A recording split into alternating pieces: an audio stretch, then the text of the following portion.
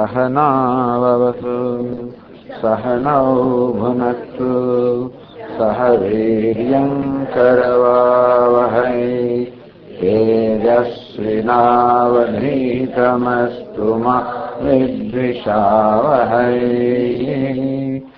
ॐ शान्ति शान्ति शान्तिः। तपोभिः क्षीणपापानां शान्तानां वीतरागिणां मुमुक्षूणामपेक्ष्योऽयम् आत्मबोधो विधीयते।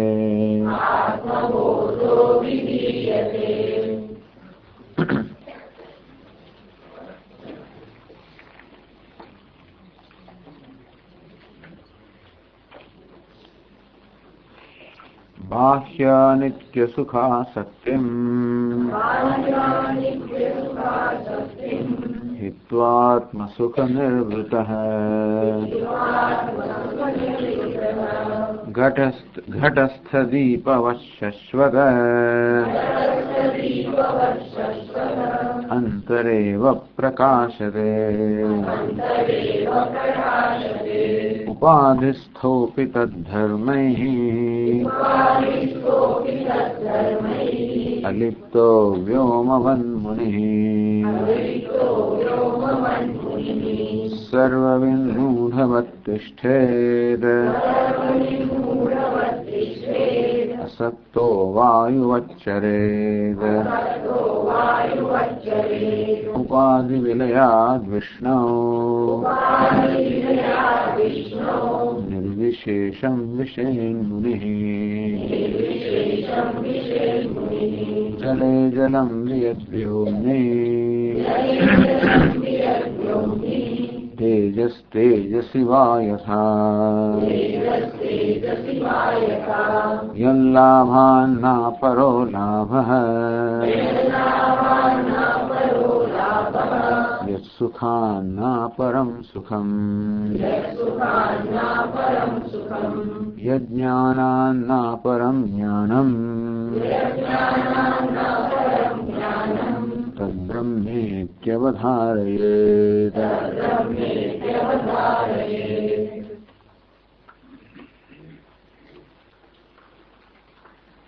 આમ જીવન મુક્તિનું વર્ણન કરવામાં આવ્યું, વિદેહ મુક્તિનું પણ વર્ણન કરવામાં આવ્યું. આમ જીવન મુક્તિ અને વિદેહ મુક્તિ કોઈ બે જુદી મુક્તિ નથી, એક જ મુક્તિ છે. અને મુક્તિ તો આત્માનું સ્વરૂપ જ છે વાસ્તવમાં. છતાં પણ એ સ્વરૂપમાં જે નિષ્ઠ છે, એટલે આગળ કહેવામાં આવ્યું કે પોતાના સ્વરૂપમાં જ પ્રતિષ્ઠિત થવું એનો નામ મોક્ષ. કારણ કે પોતે સ્વયં નિત્ય મુક્ત છે માટે પ્રતિષ્ઠિત થવું. તેથી જ્ઞાની પુરુષ તો જીવંત છે ત્યારે પણ મુક્ત છે. છતાં પણ બાહ્ય દ્રષ્ટિથી કે અન્યની દ્રષ્ટિ જોવા જઈએ તો એ પણ જાણે કે આ શરીર પૂરતો મર્યાદિત હોય એવો ભાસ થાય બીજાને. એ દ્રષ્ટિએ વિદેહ મુક્તિ પ્રારબ્ધનો ક્ષય થતા આ દેહ પણ જયારે ન રહે ત્યારે એમ કહેવાય કે એ વિદેહ મુક્ત થયો. એનો સરસ દૃષ્ટાંત જલે જલમ વ્યદ્વ્યોમની તેજસ તેજસી વા યથા. જેમ જળનો ભરેલો ઘડો હોય, પાણીનો ડુબાડેલો હોય, ઘડો તૂટી જાય ત્યારે જળ જળમાં મળી જાય. વ્યદ્વ્યોમની અને આકાશમાં ઘડો જયારે ફૂટી જાય ત્યારે ઘટાકાશમાં આકાશમાં મળી જાય. તેજસ તેજસી વા યથા કે દીવો જયારે ઓલવાઈ જાય ત્યારે જે વિશેષ તેજ હતું એ નિર્વિશેષમાં મળી જાય. આ રીતે ઉપાધિ વિલયાત, આ ઉપાધિ જે એક મર્યાદિતપણાનો આભાસ ઉત્પન્ન કરે છે એનો વિલય થતા નિર્વિશેષમ વિષય મુનિ, આ મુનિ નિર્વિશેષ કોઈ પ્રકારનો વિશેષ ન રહે એ રીતે વિષ્ણુમાં પરમાત્મામાં સર્વવ્યાપ્તમાં પ્રવેશ કરે છે. એટલે આમાં કોઈ પ્રવેશ આવું સમજવું નહીં કે આ પ્રવેશ થયો વગેરે. આ એવું નિર્વિશેષમ વિષય મુનિ, આ મુનિ જાણે કે નિર્વિશેષમાં પ્રવેશ કરે છે. પ્રવેશ કોઈ મુખ્ય અર્થમાં સમજવાનો નથી, જેવી રીતે ઘટાકાશ મહાકાશમાં પ્રવેશ કરે છે એવું કહેવાય કે પ્રવેશ છે નહીં, ઘટાકાશ મહાકાશ જ છે. તેમ આ ચૈતન્ય એ ઉપાધિમાં અવચ્છિન્ન ચૈતન્ય જાણે કે સર્વવ્યાપી ચૈતન્યમાં પ્રવેશ કર્યો કહેવાય જ નહીં. જો ઘડાની દિવાલો ખરેખર આકાશમાં વિભાગ કરી શકતી હોત તો એમ કહેવાય કે ઘટાકાશે મહાકાશમાં પ્રવેશ કર્યો. પ્રવેશ ત્યાં થઈ શકે જ્યાં પહેલા પોતે ન હોય. આમ દેવદત્તો કોઈ ઘરમાં પ્રવેશ કરી શકે કારણ કે ઘરની બહાર હતો અને ન હતો અંદર. એવું આકાશમાં જેવું છે નહીં. આકાશ સર્વત્ર છે માટે ઘટાકાશ કોઈ મહાકાશમાં પ્રવેશ કરેલું નથી. પરંતુ ઘડો હોવાને કારણે જાણે કે ખ્યાલ ઉત્પન્ન થાય છે કે પેલું આકાશ ઘડાની અંદર છે. જાણે કે આ ઘડાની દિવાલો પેલા ઘટાકાશને મહાકાશથી જુદી ના રાખી રહી હોય. જાણે કે ઘડાની દિવાલો પેલા આકાશને મર્યાદિત ના કરતી હોય. તું ખાલી લાગે એ લાગણી પણ જતી રહે બસ. બાકી ખરેખર તો ઘડાની દિવાલો કોઈ મહાકાશને મર્યાદિત ઘટાકાશને મર્યાદિત કરતી જ નથી. ભલે દૃષ્ટાંત એવા આપવામાં આવ્યા હોય યથા યથાન્યદ્ય સંદમાન સમુદ્રે હસ્તમ ગચ્છન્તિ નામ રૂપે વિહાય. જેમ વહેતી નદીઓ સમુદ્રને પ્રાપ્ત કરે પોતાના નામ રૂપનો ત્યાગ કરીને સમુદ્રમાં સ્પષ્ટ થઈ જાય. એટલે એ દ્રષ્ટાંત એમ લાગે નદીએ સમુદ્રમાં પ્રવેશ કર્યો. દ્રષ્ટાંત એ પ્રકારનું જ હોય તો મુખ્ય અર્થમાં પ્રવેશ નથી. વેદાંત એમ જ કે નદી જયારે હોય ત્યારે પણ એ જળ છે. તેથી એ જળ જયારે એવો ભ્રમ સેવે કે હું આ બે કિનારા વચ્ચે બે કિનારા મને મર્યાદિત કરે એવું કંઈક જયારે ખ્યાલ હોય ત્યારે એ જળને આપણે નદી કહીએ એ ભ્રમ એનો ચાલી ગયો. એટલે વેદાંત એમ જ કે નદીએ કઈ છેક સમુદ્ર સુધી જવાની જરૂર પણ નથી. કે જ્યાં છે ત્યાં પણ જો નદીને એમ જ્ઞાન થાય કે હું જળ છું. એ મારું વાસ્તવિક સ્વરૂપ છે. આકારને બીજી બદલાય કરતી હોય છે. તો પછી એ સમુદ્રમાં હોય કે ના હોય તો પણ વાસ્તવમાં મુક્ત જ છે. તેવી રીતે કોઈ ક્યાંય જવાની જરૂર નથી. ક્યાંય જવાનું છે પણ નહીં છે. ભલે આપણે એમ કહીએ કે ભાઈ આત્મા સદગત આત્મા વગેરે એવું એ તો માત્ર સૂક્ષ્મ શરીરને આત્મા માનીને એ પ્રકારનો શબ્દ પ્રયોગ થાય. સદગત આત્મા કે મૃતાત્મા કે ગતાત્મા કે પ્રેતાત્મા વગેરે. આત્માનો અર્થ સચ્ચિદાનંદ થતો ક્યાંય જતો જ નથી. જવાનો કોઈ પ્રશ્ન જ નથી. એટલે એમ જયારે કહી કે આત્મા ગયો તો આત્માએ નવો જન્મ લીધો ત્યારે સચ્ચિદાનંદ આત્મા એવું ન સમજવું. એ તો સૂક્ષ્મ શરીરે એક સ્થૂળ દેહમાંથી વિદાય લીધી બીજા સ્થૂળ દેહમાં પ્રવેશ કર્યો એવું કહી શકાય.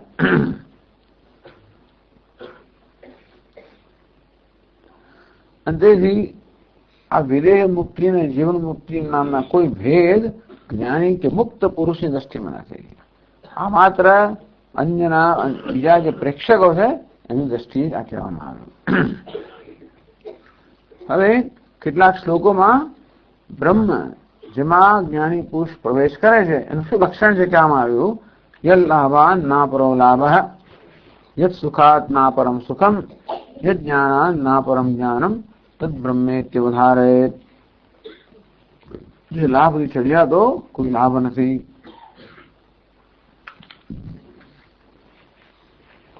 યદ સુખાત ના પરમ સુખમ જે સુખથી અધિક કે ચડ્યા તો કોઈ સુખ નથી. યદ જ્ઞાનાદ ના પરમ જ્ઞાનમ જે જ્ઞાનથી અધિક કે ચડ્યા તો કોઈ જ્ઞાન નથી. એ બ્રહ્મ છે. એ પ્રકારે અવધારે એ પ્રકારનો નિશ્ચય થવો જોઈએ.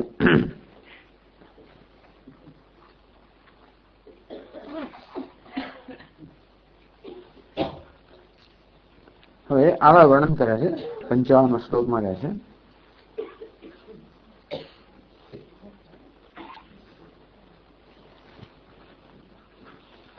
યદ્દૃષ્ટ્વા ના પરમ દૃશ્યમ યદ્ભૂત્વા ન પુનર્ભવઃ યજ્ઞાત્વા ના પરમ જ્ઞેયમ તદ્બ્રહ્મેત્યવધારયેત.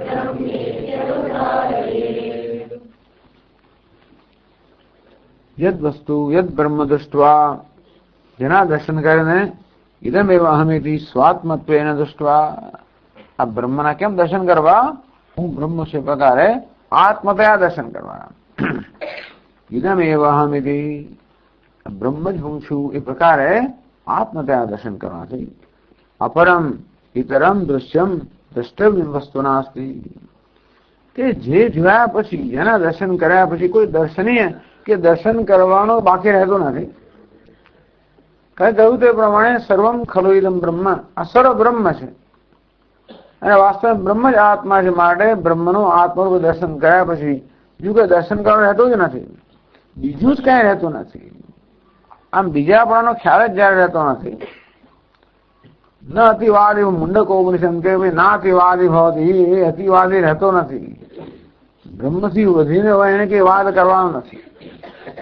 આપણે એમ કે હું આ છું ને પેલો, એટલે આત્માથી વધીને કે આત્મા અન્ય કઈ કહેવાનું હોય અજ્ઞાની મનુષ્યને, પણ જેની દ્રષ્ટિમાં આત્માથીને કઈ છે જ નહીં, એને તો હવે અતિવાદ આત્માથી વધીને કઈ કહેવાનું જ નથી. તો યદ દૃષ્ટવા બ્રહ્મના આત્મતયા દર્શન કરે ન અપરમ દૃશ્યમ, અને એમ કહેવાય કે જેના દર્શન કર્યા પછી એથી ચડિયાતું કઈ જોવાનું નથી, અથવા અપરમ એટલે એનાથી બીજું કોઈ દૃશ્ય રહેતું જ નથી. ખરેખર દૃશ્ય નામની કોઈ વસ્તુ જ રહેતી નથી. એટલે દૃશ્યને જે આપણે માનીએ, દૃશ્ય એ દ્રષ્ટા કરતા ભિન્ન હોય, કે હું દ્રષ્ટા છું અને આ ઘડો દૃશ્ય છે, એ પ્રકારનો દ્રષ્ટા અને દૃશ્યનો કોઈ વાસ્તવિક ભેદ રહેતો નથી. બ્રહ્મ એ સર્વનો આત્મા છે, સર્વનું અધિષ્ઠાન છે, એ જ આત્મદયા દર્શન. આત્મૈ વેદમ સર્વમ જગત સર્વમ, આગળ કહેવામાં આવ્યું આત્મૈ વેદમ જગત સર્વમ, આત્મા એ જ આ સમગ્ર જગત છે. એ પ્રકારે જોયા પછી અનાત્મા નામની કોઈ વસ્તુ એની દ્રષ્ટિમાં રહેતી જ નથી. દૃશ્ય કે પોતાને ભિન્ન હોય એ પ્રકારનું દૃશ્ય પણ એ દ્રષ્ટિમાં રહેતું નથી. એ રીતે કહેવામાં આવ્યું કે ઇતરમ દૃશ્યમ દ્રષ્ટવ્ય વસ્તુ નાસ્તિ, એમ કહેવાય. અથવા તો હવે દ્રષ્ટવ્ય એટલે કે હવે દર્શન કરવા યોગ્ય બીજું કઈ રહેતું નથી. તો આપણે એમ કે હા દર્શન આ તો જોવું જોઈએ, પેલું જોવું જોઈએ, આમ જોવું જોઈએ. આપણે કેટલું જોયા છતાં પણ આમ જોવાનો સંતોષ થતો નથી. બદ્રીનાથ જેવા, કેદારનાથ જેવા, યમનોત્રી, ગંગોત્રી, છતાં જે અમરનાથ બાકી રહ્યું, કૈલાસ બાકી રહી ગયું, આમ સંતોષ ના થાય. ભાઈ એમ ગંગોત્રી ગયા પછી કે સ્વામી ફલાણી ગુફામાં જઈ આવ્યો તો પાછું બાકી રહી ગયું. તો વૈષ્ણોદેવી જઈ આવ્યા, પેલી જગ્યા ગયા ફલાણા દેવીના મંદિરમાં, પેલા શિવજીમાં, પેલી ગુફામાં. આ જોવાનું તો કોઈ અંદાજ નથી. તેનો વાત એ છે કે જોયા છતાં પણ આપણને સંતોષ થતો નથી. એમાં બધું જોયું તો એ તો કહે છે કે જેને જોયા પછી એવો કઈ નહીં જોવાનો અસંતોષ રહેતો જ નથી. જેને જોયા પછી બધું જ જોવાઈ ગયું, જેને જાણવાથી બધું જ જણાઈ ગયું, જેને જોવાથી બધું જ જોવાઈ ગયું. કારણ કે જે કઈ છે બ્રહ્મ જ છે, અને માટે બ્રહ્મને જોયાથી આત્મદયા, બ્રહ્મને જોયા પછી બીજું કઈ જોવાનું બાકી રહેતું જ નથી. ટૂંકમાં નહીં જોવાનો અસંતોષ એવો કોઈ રહેતો નથી.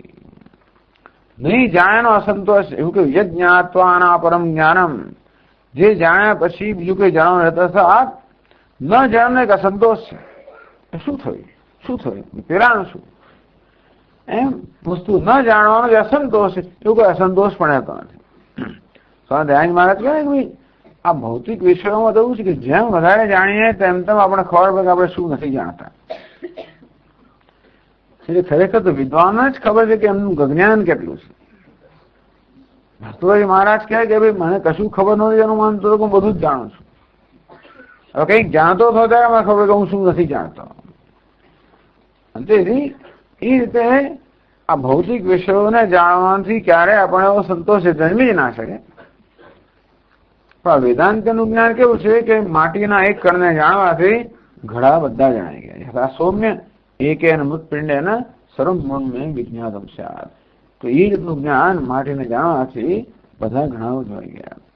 તો જગતનો ઉપાદાન કારણ જાણવાથી સર્વનામ રૂપનું જ્ઞાન પ્રાપ્ત થયું. બ્રહ્મન અસ્થિ ભાતિ પ્રિયમ, અસ્થિ ભાતિ પ્રિય અને આત્મરૂપે જાણ્યા પછી કોઈ બીજું જાણવા યોગ્ય કઈ હેતું નથી, કોઈ દૃશ્ય પણ હેતું નથી, કે પછી ન જાણવાનો કોઈ અસંતોષ હેતું નથી.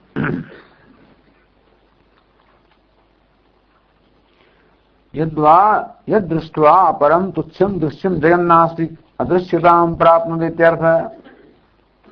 કે જેના દર્શન કરીને દૃશ્ય નામની કોઈ વસ્તુ રહેતી નથી, કારણ કે દ્રષ્ટાથી ભિન્ન કોઈ દૃશ્ય નથી. યદ દૃષ્ટવા ના પરમ દૃશ્યમ યદ ભૂતવા ન પુનર્ભવ. જે બન્યા પછી ફરી જન્મ લેવાનો નથી, ન પુનર્ભવ ફરી બનવાનું નથી. જે બન્યા પછી ફરી કઈ બનવાનું નથી. જે બન્યા એટલે શું? જેને આત્મરૂપે જાણ્યા પછી. યદ ભૂતવા યદ રૂપેણ સ્થિત્વા બ્રહ્મ રૂપે એકવાર સ્થિત થયા પછી, બ્રહ્મ રૂપે બ્રહ્મનિષ્ઠા પ્રાપ્ત કર્યા પછી બીજું કઈ બનવાનું થતું નથી. આમ ખરેખર જન્મની પાછળનો હેતુ પણ એ જ છે. હું કઈ ને કઈ બનવા જ માંગુ છું, એટલે મારી કઈક બનવાની ઈચ્છા હજી અધૂરી રહી ગઈ છે. એટલે હું નિર્ધનમાંથી ધનવાન બનવું, નિર્બળમાંથી બળવાન બનવું, અખ્યાતમાંથી વિખ્યાત બનવું, આવું બન્યા કરું. આખી જિંદગી બન્યા જ કરતો હોઉં છું, કઈ ને કઈ. છેલ્લે પછી સર્વૈયું કાઢીએ કે ભાઈ સ્વામીજી બધું પૂરું થયું બનવાનું, તો ના, હજી બાકી રહી ગયું છે. એટલે પછી કૂતરા દેહમાં જવું, ત્યાં એ રીતે બનવાનું થાય. પછી એમાં બીજા દેહમાં જવું, કેટલું બનવાનું તો કે એનું કઈ અંતર જ નથી. એટલે કોઈ પણ મર્યાદિત વસ્તુ બનવું ત્યારે હંમેશા બન્યાનો સંતોષ ના મળે. મૂળ તો આત્મામાં જ અસંતોષ છે. એટલે જોવાનો સંતોષ નથી, જાણવાનો સંતોષ નથી, બનવાનો સંતોષ નથી. એટલે કહે છે કે ભૂતવાન પુનર્ભવ. જે બન્યા પછી, બ્રહ્મ બન્યા પછી કઈ બનવાનું બાકી રહેતું નથી. એ બ્રહ્મ બનવાનું નથી, ખરેખર તો બ્રહ્મ છું એ જાણવાનું છે. પણ જાણવાનું બનવાનું એક જ થઈ ગયું. આ એક એવી વસ્તુ છે જેમાં બનવું અને જાણવું એક જ છે. કેમ? કારણ કે નિત્ય પ્રાપ્ત છે. અપ્રાપ્તમાં વસ્તુ નથી, પણ જે નિત્ય પ્રાપ્ત છે એમાં જાણવું અને બનવું. હું બ્રહ્મ છું એ જાણવું એટલે જ હું બ્રહ્મ બની ગયો. સયો હવે તત્ પરમમ બ્રહ્મ વેદ બ્રહ્મયો ભવતી. ઉપનિષદ કહે છે કે જે બ્રહ્મને જાણે છે એ બ્રહ્મ બની જાય છે. એવું તો ખરું જ ને? દસમાને જાણવાથી દસમો બની જવાય કે ના બની જવાય? દસમાને જાણીએ તો દસમો બની જાય કે નહીં? તો આમ દસમો સી, તું દસમો છે. એ બિચારો દસમો બનવા માંગતો, દસમા શોધ કરતો હતો. કહેવાય કે દસમો બનવા માંગે છે. તો બનવાની પ્રક્રિયા કેવી એવી કે કર્મ કરીને, કશું કરીને, મારામાં કઈ પરિવર્તન લાવીને. આ માણસ મહાન બનવા માંગે છે, કોઈ પોતાનો પરિવર્તન લાવે. ખરેખર તો દરેકને મહાન જ બનવું છે. કેટલા મહાન બનવું છે? એટલા મહાન બનવું છે કે જેથી આગળ બનવાનું કઈ રહે છે. એવું દરેક બનવા માંગે છે. એટલે પછી શરીરથી કે મહાન બને, કે બુદ્ધિથી, કે વિદ્વત્તાથી, કે ખ્યાતિથી, સત્તાથી આ મહાન બનવાનો પ્રયત્ન કરે. તો ગમે તે બન્યા છતાં પણ ક્યારેક મને સંતોષ થતો નથી કે હું જે બનવા માંગુ છું બનવા. કેટલોય ધનવાન બને, કેટલોય પ્રતિષ્ઠિત બને. એટલે ધનવાન ન બનવો એવો હેતુ નથી આમાં. પણ કહેવામાં આવે છે કે આપણે એમ માનતો હોય કે કર્યા પછી મને સંતોષ થઈ જાય, તો એવું નથી થતો. બ્રહ્મ બનીએ, કારણ કે આ બધા બનવાની પાછળ દસમો જ બનવા માંગે છે. તો બધા બનવાની પાછળ તો હું મહાન બનવા, એવો મહાન બનવા માંગુ છું એને વધીને કશું હોય જ નહીં. દુનિયામાં એવું કશું છે જ નહીં. ઉપાધિના સ્તરે ગમે તેટલા મહાન બનીએ તો પણ એ મહાનતા તો મર્યાદિત જ રહેવાની. ગમે તેટલો સ્વામી દયાનંદ મહારાજ કહે ચાલો એક અને અનંત, ઇન્ફિનિટ એટલે અનંત. એક અને અનંત વચ્ચે કેટલું અંતર છે? ઇન્ફિનિટી માંથી એક બાદ કરો તો કેટલું રહે? અનંત. પછી 100 અને અનંત વચ્ચે કેટલું અંતર? અનંત. લાખ અને અનંત વચ્ચે કેટલું અંતર? કરોડ ના અનંત વચ્ચે કેટલું અંતર? અબજ ના અનંત વચ્ચે કેટલું અંતર? કોઈ પણ મર્યાદિત સંખ્યા અને અનંત વચ્ચેનું અંતર અનંત જ રહેવાનું છે. એટલે સંખ્યા તો મર્યાદિત જ હોવાની ને. હું ગમે તેટલો બનું મહાન, તો પણ એ મહાનતાની મર્યાદા તો રહેવાની છે. સ્વામી કહે કે 1 લીટરનો પોટ, મતલબ 5 લીટરનો પોટ. એટલે પેલું 1 લીટરનો પોટ, 5 લીટરનો પોટ તો જોયા આજકાલ નાક ખોલાને લાગે તો આ પેલો મોટો છે, હું નાનો છું, મોટો છું. એટલે આ બિચારાને આપણે સાથે મૂક્યા એટલે કેવું થતું હશે? સારું છે કે આ લોકો વિચારતા નથી. જો આ નાનકડી કુલ્લીઓ વિચાર ગયો તો આપણે ખરેખર એમને બહુ દુઃખી જ કરી નાખે સાથે મૂકીએ. એ કલ્પના કરીએ કે આની અંદર આનું મન હોય, વિચારતું હોય, તો અને જો એને બેસા એને અંદર ઈર્ષ્યા થયા જ કરવાની, પોતાના વિષયનો એકદમ હીનતાનો ખ્યાલ જન્મ્યા જ કરવાનો, એટલે મારી મછલીને મોટું થાય, આના જેટલું થઈ જાય ત્યારે તમારે બીજો ઘણો લઈ જાઓ. આમ બનવાની પ્રક્રિયાનો કોઈ અંત જ નથી. એટલે આનું નામ સંસાર. એટલે સંસારને ભવ કહેવામાં આવે. ભવ એટલે બનવું. દરેક મનુષ્ય કશું ને કશું બનવા જ માંગતો હોય છે. પોતે છે એના કરતા વધારે મહાન બનવું છે. કારણ કે પોતાની અત્યારે વર્તમાન મહાનતાથી સંતોષ નથી. આમ હંમેશા માપ્યા કરે પોતાને, હું કેટલો છું. જેમ નાના ત્યારે પેલા ડબ્બામાં પેલા હયા હતા ને, શું કહેવાય, લખોટીઓ રોજ ગણીએ કેટલી થઈ એવી રીતે રોજ ગણવાનો તું કેટલો મહાન બન્યો. એ મારી ગણવાની રીતે કાં તો બેંક બેલેન્સથી ગણું, ક્યાં તો સ્ટોકથી નહીં. કેટલા લોકો મને જાણતા થયા, કેટલા લોકો મારા પ્રભાવમાં આવ્યા, કેટલા લોકો ક્યાં જાતની રીતો છે ગણવાની. બીજી દાડે વળી પાછું ગણું પણ ક્યારે પણ કોઈને સંતોષ થઈ જ ના શકે. એટલે કે આ રીતે જીવવાની રીત, ટૂંકમાં માણસને સ્ટ્રેસ હોય જ. કોઈ દિવસ સફળતાની લાગણી હોય જ ના શકે. કદાચ સફળતાની થઈ ના થઈ ને જતી રહી. એક સફળતા મળી, આ તો હિમાલયમાં ચડવા જેવું જ છે. અમે એક પછી એક પેલા શિખરો આવે આજ કરે, તો અહીંથી લાગે કે બસ આટલું જ આવી ગયું. ત્યાં ગયા ને ખબર ના એનું પછી પેલું ત્યાં બીજું એમ કરતા કરતા આવ્યા જ કરે શિખરો. કેવી રીતે એક સિદ્ધિ પ્રાપ્ત કરી તરત લાગે આ તો પર્યાપ્ત નથી, બીજી એ પ્રાપ્ત કર્યું, આ તો પૂરતું નથી, ત્રીજું. આ રીતે મારે કશું મારે સિદ્ધ બનવાનું હોય તો કોઈ દિવસ ના બની શકે. એક વેદાંત જ આપણો ઉપાય બતાવે છે કે બધા પ્રકારની ઝંખનાઓનો ઉકેલ ક્યાં છે. માણસ બધું જ જાણવા માંગે છે, માણસ બધું જ પામવા માંગે છે, માણસ બધી વસ્તુનો માલિક બનવા માંગે છે, માણસ બધે પ્રખ્યાત થવા માંગે છે, માણસ બધાનું નિયંત્રણ કરવા માંગે. હવે કર્યા જ કરે છે બિચારો. એમાં કેટલી બધી નિરાશાઓ. કારણ કે એને એમ લાગે છે કે હું ક્યારે મહાન કહેવું, બધાનું નિયંત્રણ કરું ત્યારે. બસ બધું મારી આજ્ઞામાં હોય તો હું કંઈક છું. એવું કર્યું 5-25 માણસો બિચારા ચાલુ શું પછી લાગે આ તો ખરું પેલું બાકી રહ્યું, એ તો પેલું એમ કરતા કરતા આખા દેશનો પ્રાઇમ મિનિસ્ટર બનો, પેલો બાકી દિવાળીનો દેશ રહ્યો, અને પેલો તો અમેરિકાના પ્રેસિડેન્ટ બનો તોય શું. એક નાનું પેલું રાજ્ય પણ જયારે દાદ ના આપે એટલે પછી પેલા જેમ ગમે તેમ કરવા એમ હુમલો કરો, આના પર આક્રમણ કરો, પેલું કરો ને પેલું પાછળથી આવે ને. એટલે શિવાજી મહારાજ નું કેવું કહેવાય ખબર, પેલું આમ આક્રમણ પાછળથી આવે ને, આમ એવી રીતે પેલું અહીંયા ઈરાક પર હુમલો કરે એનો પેલો આવે ને અહીંથી હાથ તોડી નાખે, એને પેલું ફોડી નાખે. ક્યાં બનવાનો, સત્તાનો, પ્રતિષ્ઠાનો કોઈ અંત જ નથી. આ બધો ખેલ જોઈને આપણા મનમાં કંઈક વિવેક જન્મે કે ભાઈ આ બધા આથી કે જીવનમાં સફળતા નથી મળવાની. સફળતા નથી, વ્યાખ્યા જ ખોટી છે. હું મહાન કંઈક બનું, બીજા કરતા મહાન બનું, એમ સફળ મળે, એવી સફળતા તો કેવી છે, ક્ષણિક જ છે.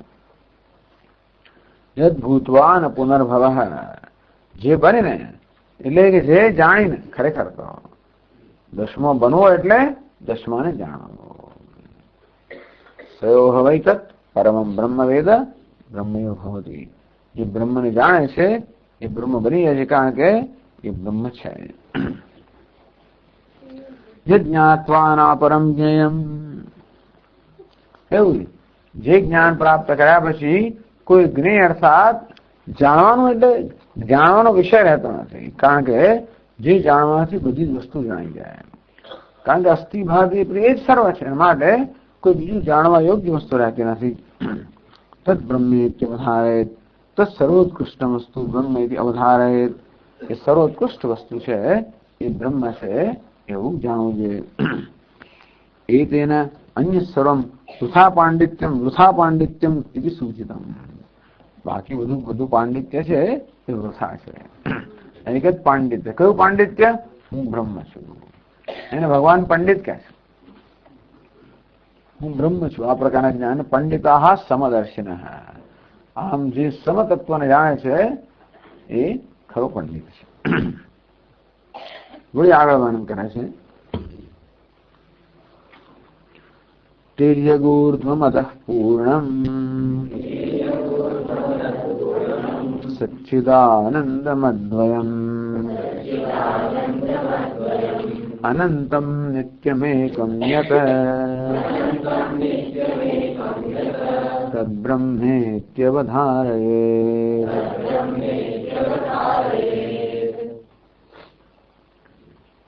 તિર્યક ઊર્ધ્વમ અધઃ પૂર્ણમ સચ્ચિદાનંદમદ્વયમ. તિર્યક એટલે કે આડું, ઊર્ધ્વમ એટલે કે ઉપર, અધ એટલે કે નીચે. તો સર્વત્ર પૂર્ણમ પરિપૂર્ણમ, આમ બધે જ વ્યાપેલું છે, જે સર્વને પૂરીને રહેલું છે. જે કઈ ઉપર છે એ તિર્યક એટલે ઉર્ધ્વ ભાગે સ્થિતમ, જે કઈ ઉપર છે તે, જે કઈ નીચે છે, જે કોઈ પણ જગ્યાએ હોય એ સર્વને પરિપૂર્ણ કરીને બ્રહ્મ રહેલું છે. ટૂંકમાં જે કઈ છે બ્રહ્મની અભિવ્યક્તિ છે, જે કઈ છે ઈશ્વરની અભિવ્યક્તિ છે. ઉપર જેને કહેવાય, ઉપરની દિશા કહો, એમાં ત્યાં રહેલી વસ્તુઓ કહો, કે ઉપરનો ખ્યાલ કહો. નીચે દિશા કહો, ત્યાં રહેલી વસ્તુઓ કહો, કે નીચે પાનો ખ્યાલ. કે આડી વળી બીજી દિશાઓ કહો, ત્યાં રહેલી વસ્તુઓ કહો, કે એ વસ્તુનો ખ્યાલ, બધું જ બ્રહ્મ જ છે વાસ્તવમાં.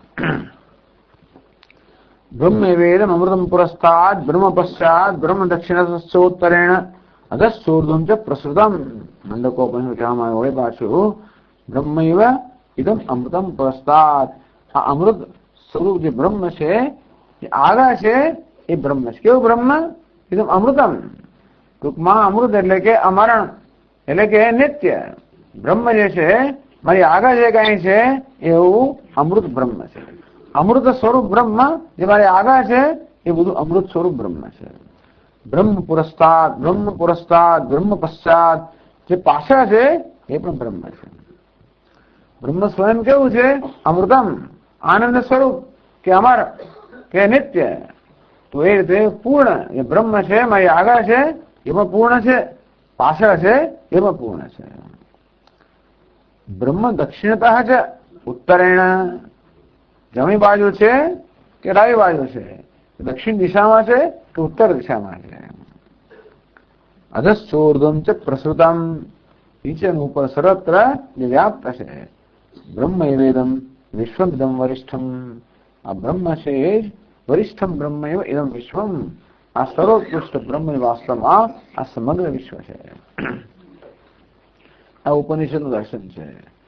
કારણ કે જગતમાં બધી વસ્તુ, કોઈ વસ્તુ સ્વયં ઉત્કૃષ્ટ નથી. દરેક વસ્તુ અંતવાળી છે પણ અપૂર્ણ છે, પણ એક પૂર્ણ કે અનંત બ્રહ્મની જ અભિવ્યક્તિ છે. તેથી કહેવામાં આવ્યું ત્રિજત ઉર્ધ્વમ અધઃ પૂર્ણમ, જે સચ્ચિદાનંદ મદ્વયમ, જે સચ્ચિત આનંદ સ્વરૂપ બ્રહ્મ છે એ વાસ્તવમાં આગળ પાછળ સર્વત્ર એક જ પરમાત્મા સચ્ચિદાનંદ સ્વરૂપ છે. એ જ સર્વત્ર વ્યાપ્ત કરીને રહેલો છે, એ જ સર્વને પૂર્ણ કરીને રહેલો છે. અનંતમ નિત્યમેકમ તત્, અનંત છે અર્થાત સર્વાંત કે મર્યાદા રહિત છે. નિત્યમ અર્થાત જે કાળની મર્યાદા પણ પર છે. તદ બ્રહ્મેત્યવધારયેત, અનંત એટલે અવિનાશી છે, એના માટે જન્મ રહિત છે, સ્વરૂપ વિકાસ રહિત છે, એ નિર્વિકાર છે. તો નિત્ય અનંત અર્થાત દેશ કાળ વસ્તુ પરિચ્છિન્ન રહિત, એક અદ્વિતીય સજાતે વિજાતે સ્વગત ભેદથી શૂન્ય, એ જે બ્રહ્મ એ છે, જે વસ્તુ છે એ જ બ્રહ્મ છે એવું નિશ્ચય કરો. સર્વોત્કૃષ્ટમ અવાચ્યમ અખંડાનંદેક રસમ યસ્તિ તદેવ બ્રહ્મ એટલે વિજાનીયાત, જે સર્વથી ઉત્કૃષ્ટ છે. અવાચ્યમ અર્થાત વાણીથી એનું વર્ણન ના થઈ શકે. અખંડાનંદ એક રસ એવું જે તત્વ છે એ બ્રહ્મ છે, એ વિજાનીયાત. એટલે આટલું તો આપણે જાણ, આવું કશું છે ખરું? આપણને કહે છે શાસ્ત્ર કે આવું કંઈક છે. સર્વોત્કૃષ્ટમ, જે સર્વોત્કૃષ્ટ છે. અખંડ આનંદ એક રસમ, એક રસ છે, અખંડ આનંદ સ્વરૂપ છે. આવું તત્વ છે. એને બ્રહ્મ કહો, એને ઈશ્વર કહો, એને આત્મા, આવું તત્વ છે. છોડ એ તત્વ તું જ છે. એને પેલા ઈશ્વર કહેવામાં આવે, એનું ભજન કરવામાં આવે, અને પછી છેવટે એને આત્મરૂપી જાણવામાં આવે. એટલે આવું છે. એને માટે આવું છે એટલું જ નહીં, પરંતુ દરેક મનુષ્ય આ જ ઈચ્છે છે. આવું કશું હોય તો એ ભલે ભગવાન ધારકો હોય તો મારે શું, એવું નથી. પણ આવો જે સચ્ચિદાનંદ સ્વરૂપ ભગવાન છે વાસ્તવમાં, એ જ મારી ઈચ્છાનો વિષય છે. આમ પ્રત્યેક ક્ષણે હું એને જ ઈચ્છી રહ્યો છું. દરેક ઈચ્છાની પાછળ આ પરમાત્માને પ્રાપ્ત કરવાની ઈચ્છા છે. એટલે પહેલા તો એ છે કે હું ઈચ્છા જે કરી રહ્યો છું, ઈચ્છાને આપણે જયારે સમજીએ ત્યારે ખ્યાલ આવે કે દરેક ઈચ્છાની પાછળ આ નિત્ય કે અનંત કે અખંડ આનંદ જે એક રસ છે એને પ્રાપ્ત કરવાની ઈચ્છા છે. એવું કશું છે ખરું તો કે છે. એક બાજુ આપણે જયારે ઈચ્છાઓને જોઈએ ત્યારે જોઈએ કે દરેક આપણે કહ્યું ને એ પ્રમાણે ઈચ્છાઓને આપણે 3 વિભાગમાં વહેંચી શકીએ. એક તો ઈચ્છા મૃત્યુને ટાળવાની અમર બનવાની ઈચ્છા છે. બીજું બધું જ જ્ઞાન પ્રાપ્ત કરવાની સર્વજ્ઞ બનવાની ઈચ્છા છે. ત્રીજું બધું સુખ પ્રાપ્ત કરવાની ઈચ્છા છે. આ મને પૂર્ણ સુખ જોઈએ, બધું જ જ્ઞાન જોઈએ, અને મને ક્યારે મને અનંત અને અમરતા જોઈએ. દુનિયામાં ક્યાંય નજર કરો ક્યાંય દેખાતું નથી. એક બાજુ ભગવાને આપણા ઈચ્છા મૂકી યોગ થવાની, અને બીજી બાજુ ગમે તેટલો પ્રયત્ન કરીએ તેવા પણ આપણે અમર બની શકે એવું છે જ નહીં. ચાલો 80 વર્ષ, 84, 85, 90, 92, 110, સમજે 250 વર્ષના નાધાવક હોય તોય શું, 700 વર્ષમાં, ગમે તેટલા વર્ષમાં તોય પણ શું. દી સર્વમ જીવન અલ્પમેવ, ગમે એટલું દીર્ઘ આયુષ્ય તો મારે પરિણામ. જૂના જમાનામાં તો આપણે પુરાણ વાંચીએ તો ઋષિમુનિ 60,000 વર્ષ તપ કરે, એમનું કેટલું જીવન હશે. ગમે તેવું લાંબુ હોય તોય પણ એમનું કોઈ અત્યારે છે નહીં. તો એનો અર્થ એ છે કે यदि सर्वम जीवितम अल्पमेव, गમે એટલું દીર્ઘ આયુષ્ય તો અલ્પ જ છે. સ્વભાવ મર્ત્યસ્ય યદંત કે હિત, જે કે વિશ્વને પ્રાપ્ત થાય બધા નશ્વર જ છે. ન વિત્તે તર્પણીય મનુષ્ય, જેટલું ધન પ્રાપ્ત થાય તો એ મનુષ્યને સંતોષ થવાનો નથી. આમ જોવા જઈએ તો દુનિયામાં મને સંતોષ આવે કોઈ વસ્તુ છે જ નહીં. તો એક બાજુ મને આ પ્રકારે અનંત ઈચ્છા આપેલી છે, ને બીજી બાજુ કે અનંત તો દેખાતું જ નથી. તો શું ઈચ્છાનો ક્યારે પણ અંત આવે, એટલે ઈચ્છા પૂરી થવાની ને તો એવું નથી. આવું છે એટલે આપણે આવું બ્રહ્મ છે જે પૂર્ણ છે. પૂર્ણમદ પૂર્ણમિદમ, તો આ ને તે સર્વ કારણ કાર્ય સર્વ દ્રષ્ટિ જે પૂર્ણ છે એવું બ્રહ્મ છે, પૂર્ણ છે, અને એ જ તું છે. એટલે આ પ્રકારે જાણીને મનુષ્ય કોઈ પ્રકારના બનવાના પ્રયત્ન છોડી દે. આ બધા પ્રયત્ન છોડી દેવામાં આવે ત્યારે આપણે જ્ઞાન થાય. આ રીતે વર્ણન કરવાનો હેતુ પણ એ છે કે જે બન્યા પછી ફરી જન્મવાનું રહેતું નથી. એટલે કે જેને આત્મ સ્વરૂપે જાણ્યા પછી ફરી બનવા ન રહે માટે બનવાનો પ્રયત્ન કરવાની જરૂર જ નથી. તું સફળ છે જ, તારે સફળ બનવાનું નથી.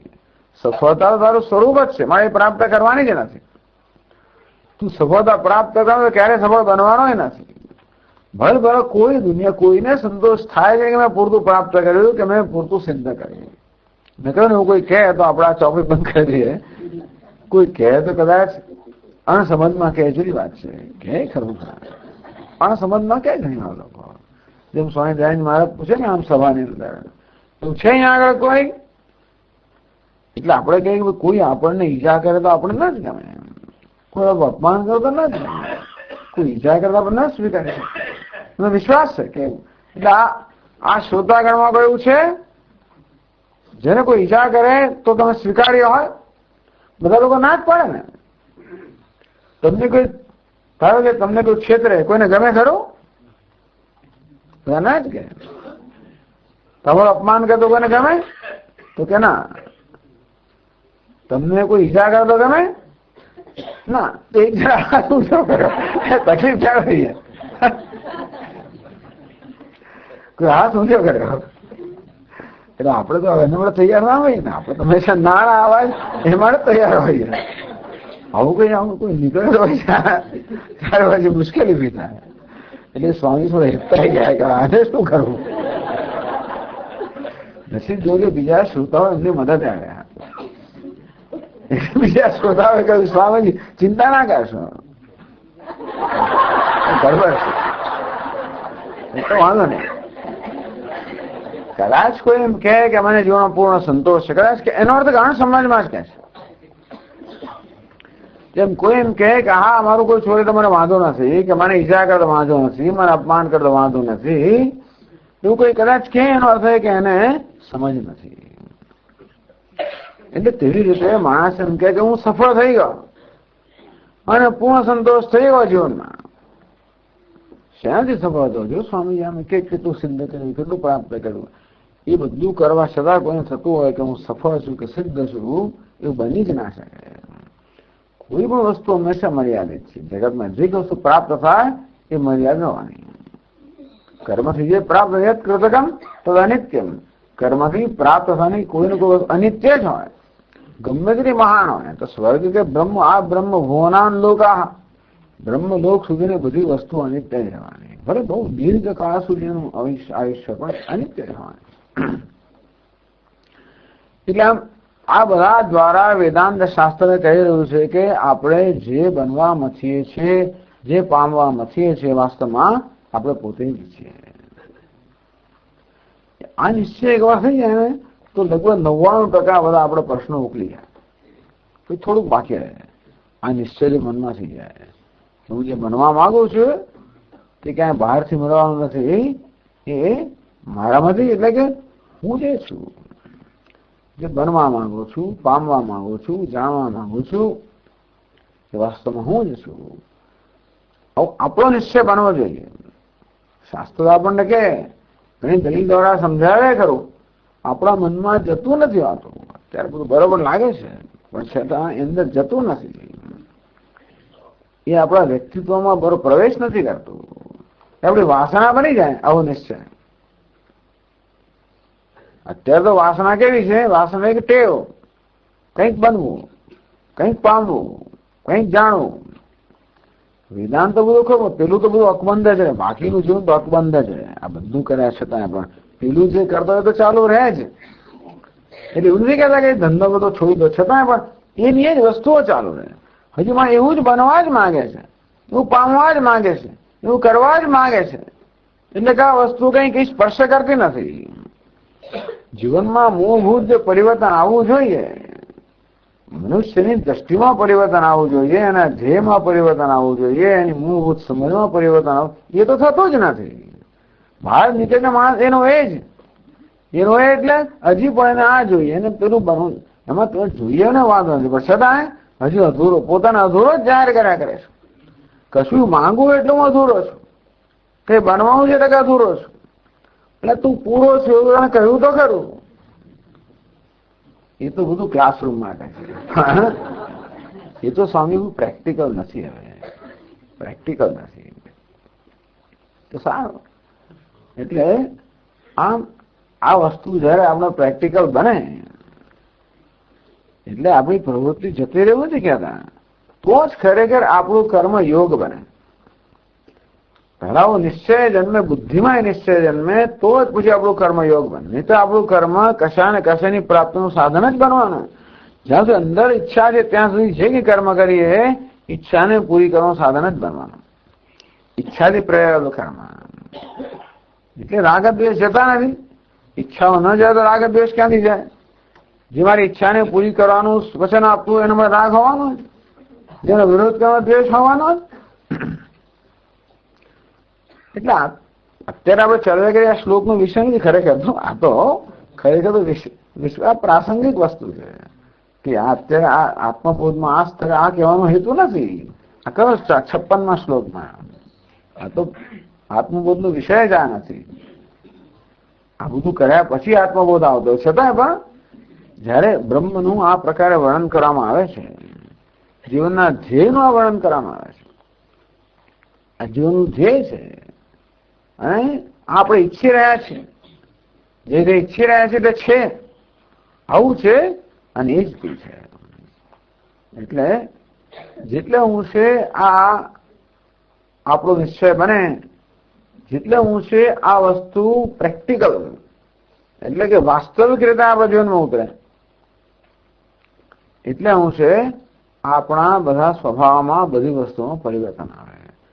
એટલે હું છે ભલે આપણે સંસારમાં હોઈએ એટલે કે સક્રિય હોઈએ, બધી જવાબદારી આપણે જે વહન કરવાની હોય તો જ આપણું કર્મ યોગ બની શકે. ત્યાંથી નથી બનતો. પણ અનંતમ નિત્યમ એકમ યત તદ બ્રહ્મેત્યવધારય, જે અનંત છે, નિત્ય છે, એક છે, એ બ્રહ્મ છે, એ પ્રકારનો નિશ્ચય કરો. એ બ્રહ્મ છે, એ જ આત્મા છે, એ જ તું છે.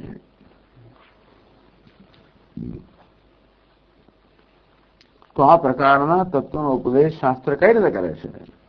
પછીના શ્લોકમાં કહે છે, અતદ્યાવૃત્તિરૂપેણ વેદાંતૈર્લક્ષ્યતે વ્યયમ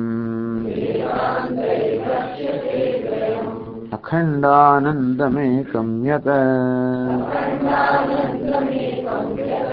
તદ્બ્રહ્મેત્યવધારયેત.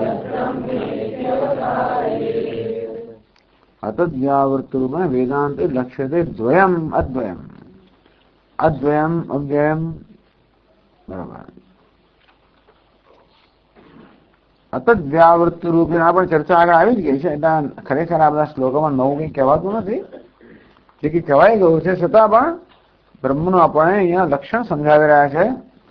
અતદ્વ્યાવૃત્તિ રૂપેણ એટલે કહ્યું નેતિ નેતિ વાક્ય નિષિદ્ધ નિખિલોપાદીન નેતિ નેતિ વાક્યતઃ. અતદ્વ્યાવૃત્તિ રૂપેણ તદ અને અતત, જે બ્રહ્મ છે ને તદ કહેવાય. અત એટલે બ્રહ્મ નથી તે, અથવા તદ એટલે આત્મા, જે આત્મા નથી તે અતત. અતદ્વ્યાવૃત્તિ રૂપેણ, જે બ્રહ્મ નથી કે આત્મા નથી, છતાં જેને બ્રહ્મ માનવામાં આવે છે. જે આત્મા નથી છતાં જેને આત્મા માનવામાં આવે છે, એની જ વ્યાવૃત્તિ કરવાની છે. જે આત્મા નથી, જે આત્મા માનતા નથી, એની ચિંતા નથી. પણ જે આત્મા નથી છતાં જેને આત્મા માનવામાં આવે છે, એની વ્યાવૃત્તિ કરવી પડે. તો નીત નીતિ વાક્ય દેહ આત્મા નથી, દેહને આત્મા માનવામાં આવે છે. માટે કેવો કે તું દેહ નથી. દેહ છે ઇન્દ્રિય, મન, બુદ્ધિ, ઉપાધિ.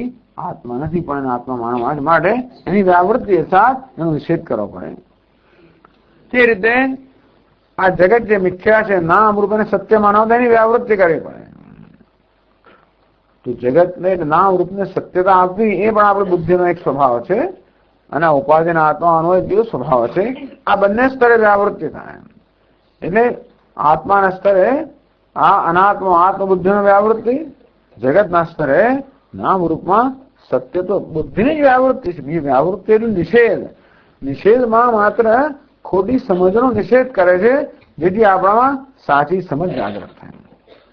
આ ખોટી સમજને જન્મેલા જ છે આપણે. એટલે કે ઉપાધિમાં આત્મબુદ્ધિ હોવી એ આપણો એક પ્રકારનો સ્વભાવ જ છે. આમ જગત એટલે નામ રૂપને સત્યતા આપવી એ પણ આપણો સ્વભાવ જ છે. અને આપણો બધો વ્યવહાર આના પર જ આધારિત છે. માટે આ બંને સ્તરનો નિષેધ કરવામાં આવે છે. આત્માના સ્તરે ઉપાધિમાં અહમ ભાવનો નિષેધ કરવામાં આવે છે. જગતના સ્તરે આ નામ રૂપમાં સત્યનો નિષેધ કરવામાં આવે છે. અતદ્વ્યાવૃત્તિ રૂપેણ બ્રહ્મ વ્યતિરિક્ત દેહેન્દ્રિયાદિ નિરસન લક્ષણેન માર્ગેણ વેદાંતૈ લક્ષ્યતે અદ્વયમ. તો કે અદ્વયમ કે અવ્યયમ, નાશરહિતમ કે દ્વૈતરહિતમ બ્રહ્મ છે લક્ષ્યતે.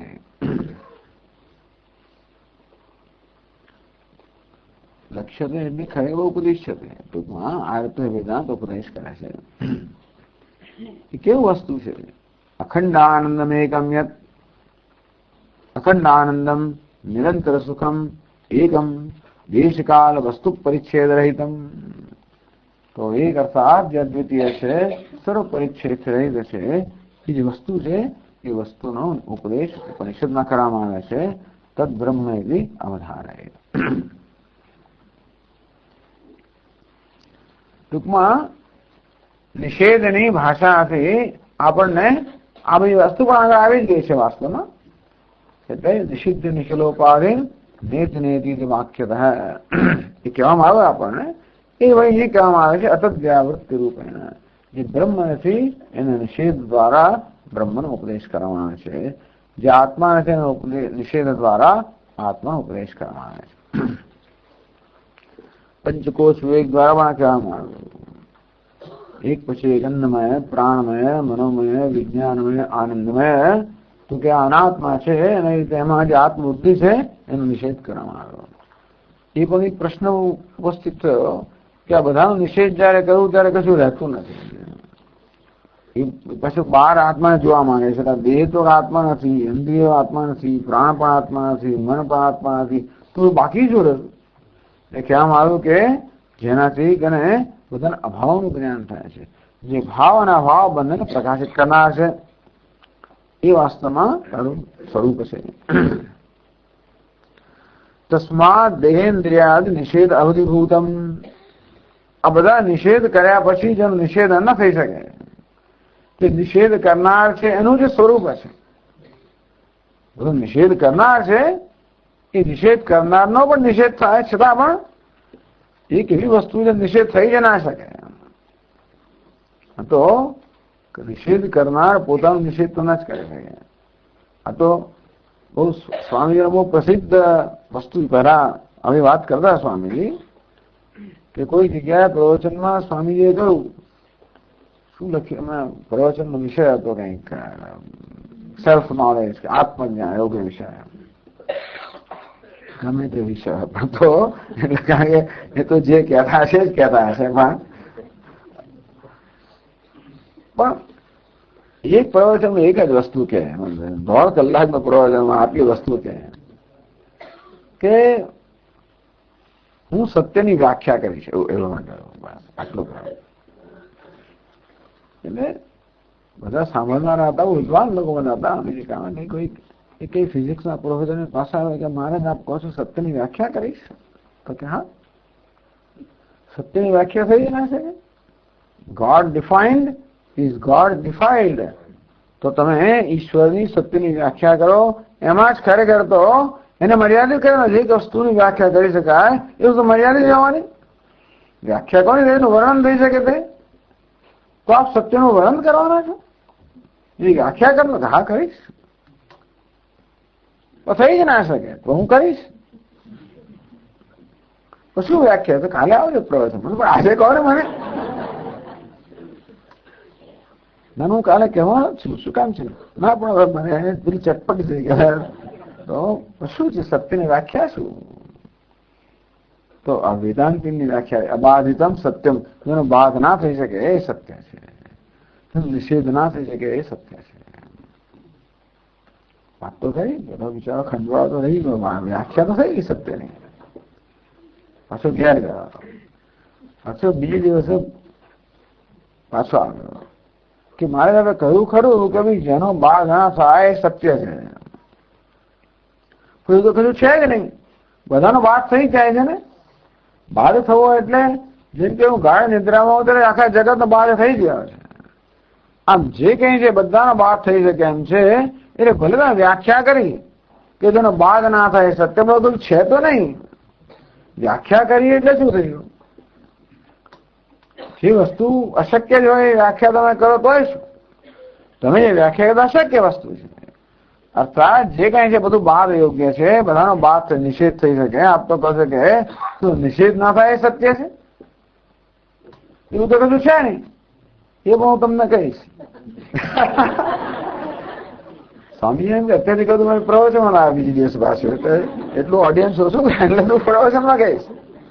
ના ના સ્વામી હું પ્રવચનમાં આવીશ, હું તમે ખાતરી આવી છે, પણ મને કહી દો, હું કે નહીં આવે રાત્રે. તો એવું અબાધિતમ જેનો બાદ ના થાય એટલે સત્ય કહેવાય. એવું શું જેનો બાદ ના થાય? તો કે બાદ કરનારનો બાદ ના થાય.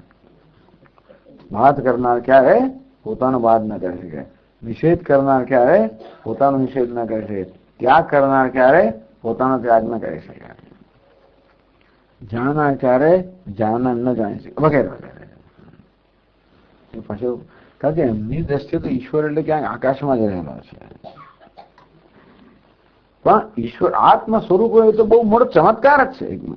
ચમત્કાર થઈ ગઈ કે હા આ સત્ય એટલે જે બાદ કરનાર છે એનું સ્વરૂપ સત્ય છે, એટલે હું સત્ય સ્વરૂપ છું એવું થઈ ગયું. તો કે હા, એ કેમ માની શકાય? હું તો મારો જન્મ છે ને મૃત્યુ, જન્મ જરા કાશ લયા દયા, જન્મ છે ને મૃત્યુ છે ને. હા, તું કોણ છે એનું ફરી આપણે ચર્ચા કરશું. પછી મારો બાદ ના થાય, હું અબાધિત છું, સત્ય છું, ત્રણેય કાળમાં છું, કેમ કહી શકાય? એ પણ કહીશું. કારણ કે તું જેને આત્મા માને છે એ આત્મા નથી. અથત વ્યાવૃત્તિ રૂપેણ, આ વ્યાવૃત્તિ કરતા કરતા, બાદ કરતા કરતા, નિષેધ કરતા કરતા, ત્યાગ કરતા કરતા, એને બાદ કહો, નિષેધ કહો, વ્યાવૃત્તિ કહો, ત્યાગ કહો, સંન્યાસ કહો, જે કહેવો હોય કરો. અવધિ તેથી દેહ નિષેધ અવધિભૂતમ તત અહવાસકમ, આ બધા નિષેધની અવધિ એટલે કે નિષેધ જેથી આગળ વધીને નિષેધ ન થઈ શકે એ કેવું છે?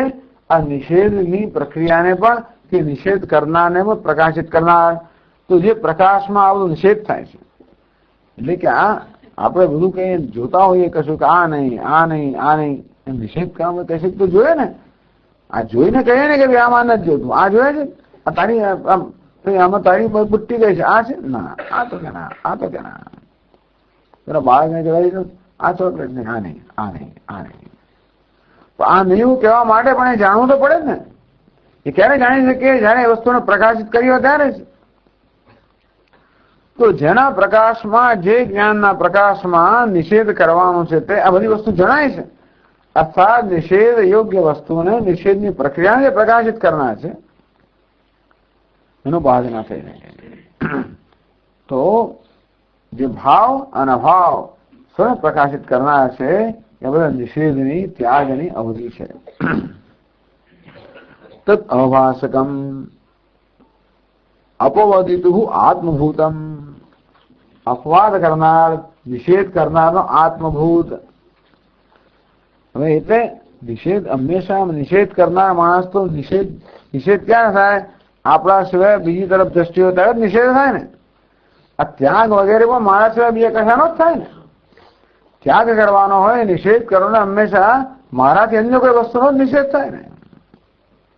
એટલે કલ્પના પણ ના આવે કે ભાઈ જે હું ઈચ્છી રહ્યો છું વાસ્તવ હું જ, પણ જે નિષેધ કરી રહ્યો છે એનું આત્મભૂત નિત્ય શુદ્ધ બુદ્ધ મુક્ત સ્વભાવમ અવ્યયમ અખંડાનેક રસમ અદ્વયમ યદ વસ્તુ અસ્તિ તત પ્રત્યગભિન્નમ બ્રહ્મ ઇતિ અવધારયેત સૂક્ષ્મ બુદ્ધિ અબુદ્ધિતાન વિભાવ.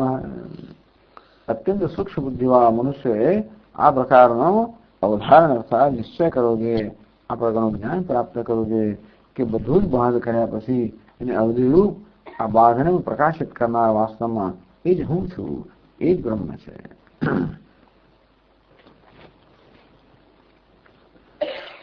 તો આ પ્રકારે ઉપનિષદ અતદ વ્યાવૃત્તિ બ્રહ્મ જે નથી એની વ્યાવૃત્તિ નિષેધ દ્વારા ઉપદેશ કરે છે.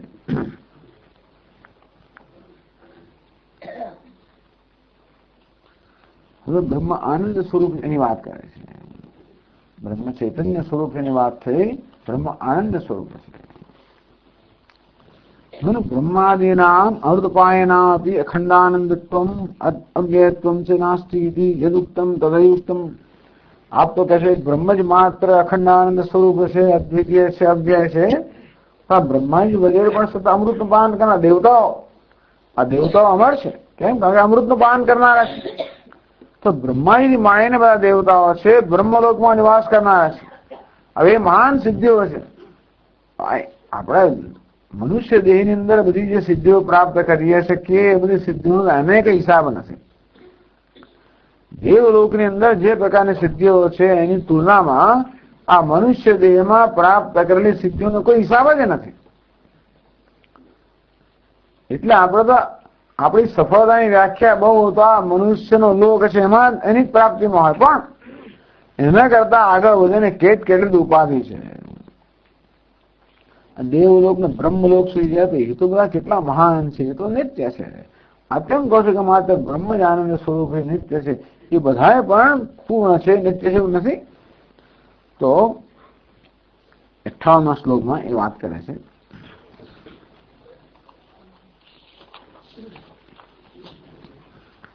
અખંડાનંદ રૂપસ્ય તસ્યાનંદલવાશ્રિતાઃ બ્રહ્માદ્યાસ્તારતમ્યેન ભવન્ત્યાનંદિનોऽખિલાઃ.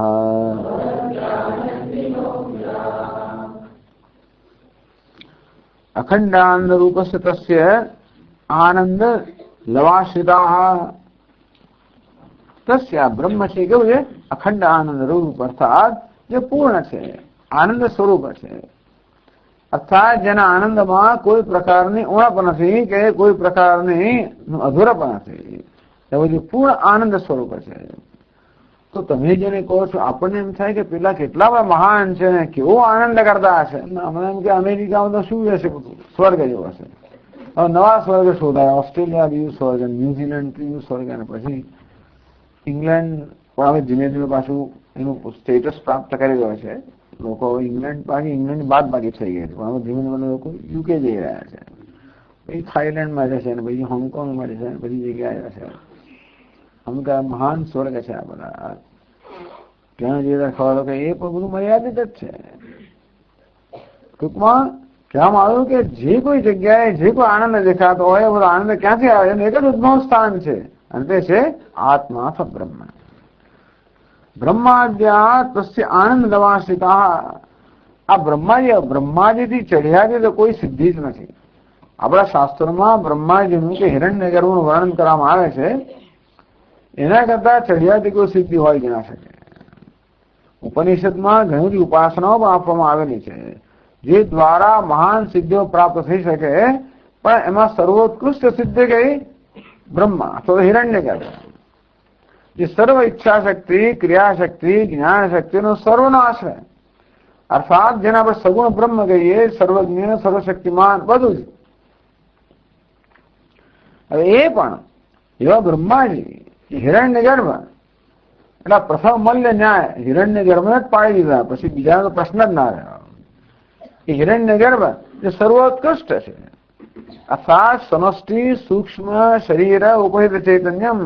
આ સમષ્ટિ સૂક્ષ્મ શરીર એટલે બધી જ ઈચ્છાઓ, બધી જ ક્રિયાઓ, બધું જ જ્ઞાન, બધું જ ધરાવનારા, બધી શક્તિઓ ધરાવનારા હિરણ્ય ગર્ભ છે, જેને બ્રહ્માજી કહેવામાં આવે છે. બ્રહ્માજી પણ જે આનંદના એક લેશને જ પ્રાપ્ત કરી શકે છે. બધાનો એવી રીતે કચરો કરવાની એક રીત છે. યત સૌખ્યાંબુધિ લેશ લેશ મેં શક્રાદયો નિર્મૃતા. યત સૌખ્યાંબુધિ લેશ લેશતઃ. ઇન્દ્રનો કચરો કર્યો. શક્રાદય ઇન્દ્ર વગેરે દેવતાઓ. આપણે તો પુરાણોમાં ઇન્દ્રનું વર્ણન વાંચીએ એટલે જાણે કે આ તો કંઈ નથી, પણ ઇન્દ્ર કોઈ સામાન્ય વસ્તુ નથી. આ પૌરાણિકો ઇન્દ્રને બિચારાને બહુ એનું અવમૂલ્યન ડિવેલ્યુએશન કરી નાખ્યું. વેદમાં તો ઇન્દ્ર એટલે ઉત્તમ છે, સર્વોત્કૃષ્ટ દેવતા. પછી બીજા દેવતાઓ જરા બ્રહ્મા, વિષ્ણુ વગેરે, ત્યાર પછી આ બીજા ઇન્દ્ર વગેરે ડિવેલ્યુએશન થઈ ગયું. એ તો ચાકર હોય એવો થઈ ગયો. તો એ તો આપણે દેવી ભાગવતમાં વાંચ્યું તો બ્રહ્મા વિષ્ણુના ચાકર જ હોય છે, અને પેલું બ્રહ્માંડ કયું પુરાણ વાંચ્યું બીજા દેવતાઓ ચાકર. પણ ચાલો, એટલે ઇન્દ્ર યત સૌખ્યાંબુધિ લેશ લેશ દઈને શક્રાદયો નિર્વૃતા. જે આનંદ સમુદ્રના એક કણના પણ કણમાંથી ઇન્દ્ર વગેરે દેવતાઓ સંતુષ્ટ છે. ઇન્દ્ર વગેરે દેવતાઓ પણ જે ઉત્કૃષ્ટ આનંદ પ્રાપ્ત કરે છે, પણ આનંદના સમુદ્રના એક લેશનો પણ લેશ છે, કણનો પણ કણ છે. એ જ ક્યાં બ્રહ્માદ્યા તસ્ય આનંદ લવાશ્રિતા. એ પરમ બ્રહ્મનો જે આનંદ છે, એટલે કે પૂર્ણ આનંદ છે, એના એક લેશમાંથી બ્રહ્મ વગેરે બધા જે બ્રહ્મા વગેરે દેવતાઓ પણ સંતુષ્ટ છે. તારતમ્યેન આનંદિનો ભવતી. અને બધા લોકો તારતમ્યથી આનંદ પ્રાપ્ત કરે છે. આનંદની પણ બધી માત્રાઓ હોય. અંતે તો તૈત્રીય ઉપનિષદમાં, બૃહદારણ્યકોપનિષદમાં વર્ણન કરવામાં આવ્યું. તૈત્રીય વર્ણન બહુ સુંદર છે. બૃહદારણ્યક ઉપનિષદમાં તૈત્રીય ઉપનિષદ વર્ણન બહુ સુંદર છે, સ્પષ્ટ છે કે એક મનુષ્યનો આનંદ છે. એટલે એ પણ આપણે પ્રાપ્ત કરી શકાય એવું નથી. આજે બધું પ્રાપ્ત કરવા માંગીએ છીએ, એમાં ઉપનિષદમાં મનુષ્યના એક એકમનું વર્ણન કર્યું આનંદનો. યુવા સ્યાત સાધુ યુવા ધ્યાયક આશિષ્ઠો ધૃષ્ઠો બલિષ્ઠ તસ્યેયમ પૃથ્વી સર્વાવિત્તસ્ય પૂર્ણ સ્યાત. સમગ્ર પૃથ્વી સર્વવિત્ત અને ધનથી સંપૂર્ણ ધન ધાન્ય પૂર્ણ પૃથ્વી માલિક બને. એ બનતા યુવા તો રહ્યો જ ના હોય, એવું છે ને. એ બનતા વખતે આમ ક્યાં કહે છે કે ભાઈ જયારે ચાવવાના દાંત ત્યારે મગફળી નહોતી, મગફળી આવે ત્યારે દાંત નથી, એવું થયું. ટૂંકમાં આ બધું મળ્યું ત્યારે તો યુવા રહ્યો. ધારો કે યુવા છે, યુવા સ્યાત સાધુ યુવા. યુવાનો હોય ને બધા ધનવાન હોય, પણ એમાં સાધુ પણ નથી હોતો, સંસ્કાર નથી હોતા, માણસ છકી જતો હોય છે બધું મળે ત્યારે, એટલે એનો લાભ નથી મળતો. આ તો યુવાન છે, પછી કહેવાયેલો છે, સંસ્કારી છે, ચપળ છે, ઝડપી છે, બળવાન છે, બધા પ્રકારના આનંદ માણવાની શક્તિ ધરાવનાર છે. આ તો કલ્પના જ છે, આવું કોઈ હોય. આવું હોય નહીં, બધે પૈસો એના તો શું કરવાનું, કશે એમ પૃથ્વી. આ બધી યોગ્યતા છે એટલું જ નહીં, પરંતુ આ ધન દાનની સંપૂર્ણ પૃથ્વી, સંપૂર્ણ પૃથ્વી તો એટલે નિષ્કંટક રાજ્ય છે. આખી પૃથ્વીનો એટલે એનો બીજું કઈ હરીફ નથી. હરીફ હોય એટલે પાછું ગયા બે ભાઈઓ હોય તો શું થઈ ગયું, હરીફાઈ શરૂ થઈ ગઈ એટલે જે કાટપાટ તૂટ ફૂટ થવાની બધી આવું દુનિયામાં ચાલ્યા જ કરે, હિન્દુસ્તાનમાં ચાલ્યા જ કરે છે. આજની પહેલાની પેઢી હતી, એ લોકોએ ઘણું બધું ધન સંપાદન કર્યું, ઘણું બધું કર્યું. એમાં છોકરાના હાથમાં બધું આવ્યું એટલે તો બધું મફતનું મળેલું છે ને. અને તેથી આ લોકોનો એક જ ધંધો કેવી રીતે વધારે પડાવી લેવું. પણ તેથી બધા લોકો એક છૂટા થઈ ગયા. કોઈ પણ એવું ફેમિલી, એવું પરિવાર ભાગ્યે જ રહ્યો હશે જ્યાં બધા સંતાનો એક સાથે હોય. એટલે કે યુવા છે, સાધુ યુવા, અધ્યાયક હે, આશિષ્ટ હે, ધૃષ્ટ હે, બલિષ્ઠ, આવું હોવું અશક્ય જ લગભગ છે. સૈકો માણસ આનંદ આવું હોય કોઈ. આ તો કે એને કે ડ્રીમ કહેવાય, આ કોઈ સ્વપ્ન છે. પણ એવું જે આનંદ છે એને કેટલો આનંદ હશે. એ એક મનુષ્યનો આનંદ એક એકમ છે. એને 100 ગુણ તો મનુષ્ય ગંધર્વનો આનંદ થાય, એને 100 ગુણ તો દેવ ગંધર્વ, એમ 100 ગુણતા જ જાઓ.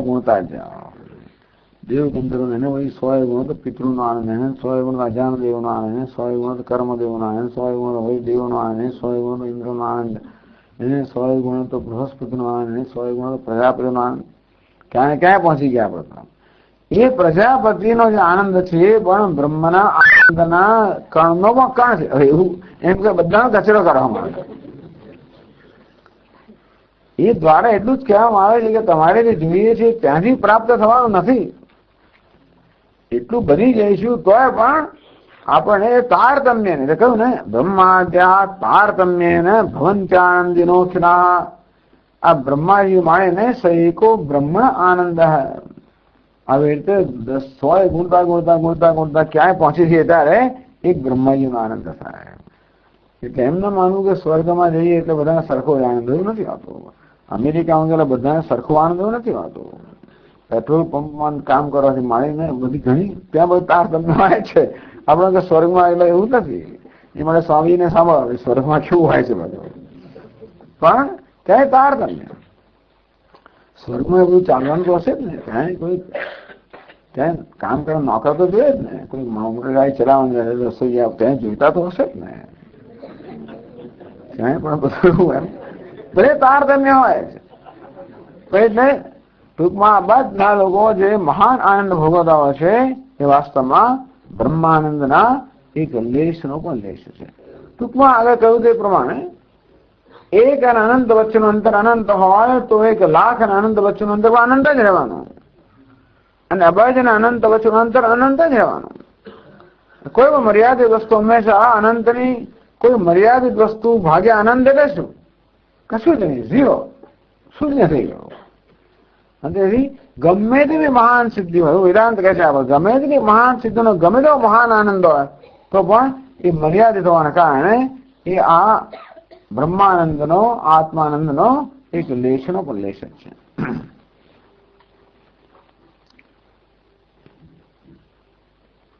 એના માટે આવી કોઈ પ્રકારની અભિલાષા આપણે કરતા હોય કે અમારે પેલું બનવું છે, ફલાણું પણ એનો વિચાર કરવાનો છે કે બનીએ એ વાસ્તવમાં એ અલ્પ જ રહેવાનો, એ મર્યાદિત જ રહેવાનું.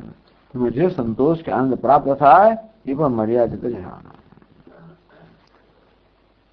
સમજો આવું બધું સાંભળ્યું તો મજાક તો બધા તો વેદાંત સમય જીવનનો આનંદ જુડી ગયો. હવે અત્યારથી કેટલો ઉત્સાહ હતો કે આ કરું પેલું કરું આ ભરું આ સાંભળી સાંભળી તો કઈ રહ્યું જ નહીં. હવે સ્વામીજી બસ હું તો સ્કૂલમાં નહીં જાઉં, બ્રાહ્મણજી જરૂર પેલા આ બધાને છેવડે એનો લેસન બોધ આવું લેવામાં આવે. એ સ્વામી મને આ ભણવામાં રસ નથી, કશું વાત ગીતા ભણવી છે એટલે કોલેજમાં નથી જવું, સ્કૂલમાં જવું, પેલું નથી કરવું, આ નથી કરવું, નોકરી નથી કરવી, કામ નથી કરવું વગેરે વગેરે. એવું નથી, એ બધું કરવાનું પણ હવે એની પાસે હેતુ બદલાઈ જાય. બરાબર આપણે માટે કરતા હતા, હવે ભગવાન માટે કરવાનું.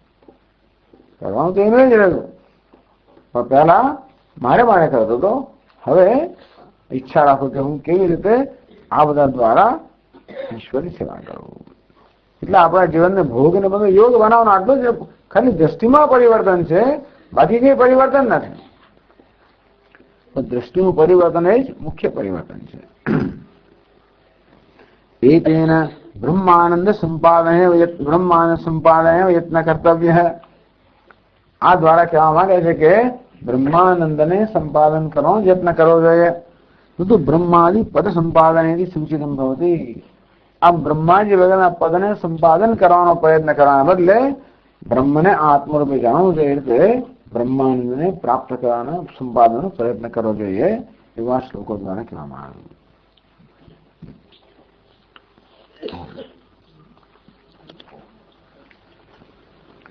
ઓમ પૂર્ણમદ પૂર્ણમિદં પૂર્ણાત પૂર્ણમુદચ્યતે પૂર્ણસ્ય પૂર્ણમાદાય પૂર્ણમેવાવશિષ્યતે.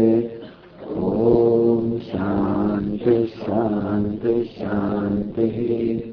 શંકરં શંકરાચાર્યં કેશવં બાદરાયણં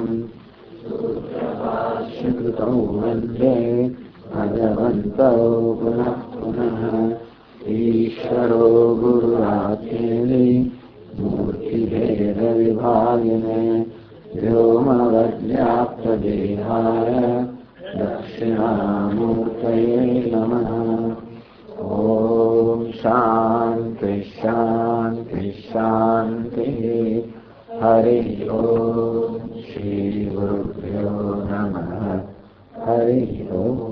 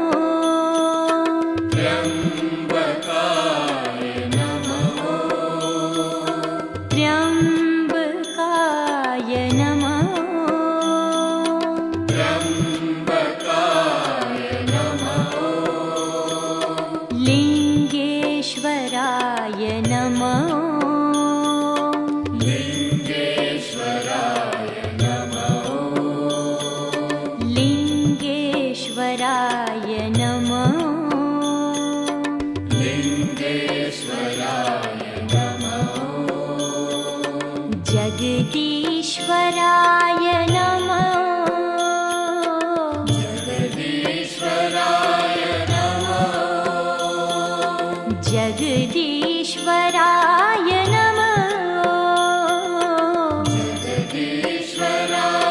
नमः. ॐ नमः शिवाय नमः. ॐ नमः शिवाय नमः. ॐ नमः शिवाय.